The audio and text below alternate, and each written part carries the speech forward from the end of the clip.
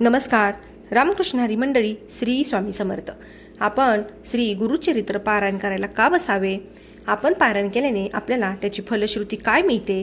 बघा, मन असता पवित्र, सदाकाळ वाचावे गुरुचरित्र.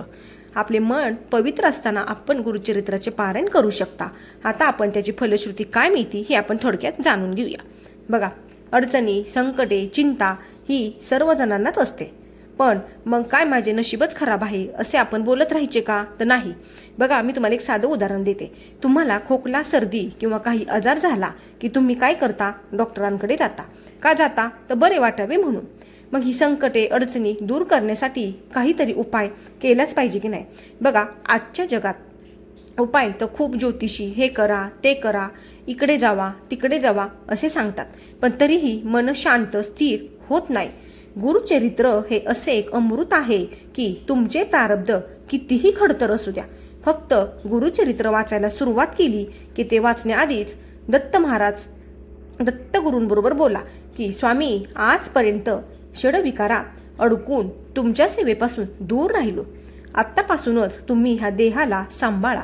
तुम्ही माझा योगक्षेम चालवा आणि गुरुचरित्र वाचायला सुरुवात करा. मग बघा, तुमच्या अडचणी, संकटे, दुःख, चिंता कुठे गेली आहे ही तुम्हाला समजणार नाही. नंतर जसजसे वाचन वाढत जाईल तसतसे स्वतः दत्तगुरूच तुम्हाला कोणत्या ना कोणत्या रूपाने येऊन सांगतील. दत्तधामाला जा, अक्कलकोटला जा. एकदा गुरु पकडला ना की सर्व ज्ञान होते आणि ते कायमस्वरूपी राहते.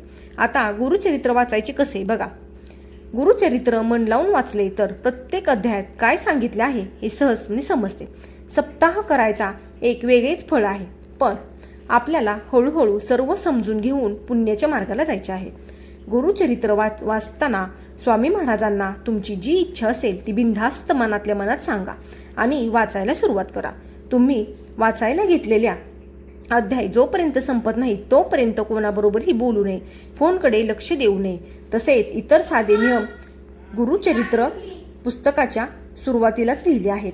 त्या नियमाचा जास्त बाऊ न करता पवित्र अंतकरणाने गुरुचरित्र वाचून सर्वांनी आपल्या यशस्वी, आनंदी आणि सर्व संपन्न नव्या आयुष्याची सुरुवात करा. अशी आता जे झाले आहे ते विसरा. विचार करा, स्वामींपर्यंत मी कसा पोचेन? याचा अर्थातच स्वामी तुम्हाला मदत करणार. शेवटी आई ती आईच असते. गुरुचरित्र वाचन करताना आपले लक्ष संपूर्ण पोथीकडे पाहिजे.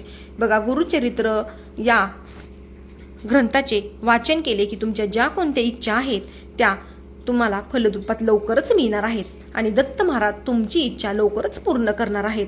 बघा, तुम्हाला जर तुमची काही संकटे असतील, अडचणी असतील तर तुम्ही दत्त महाराजांकडे तुम्ही सांगू शकता.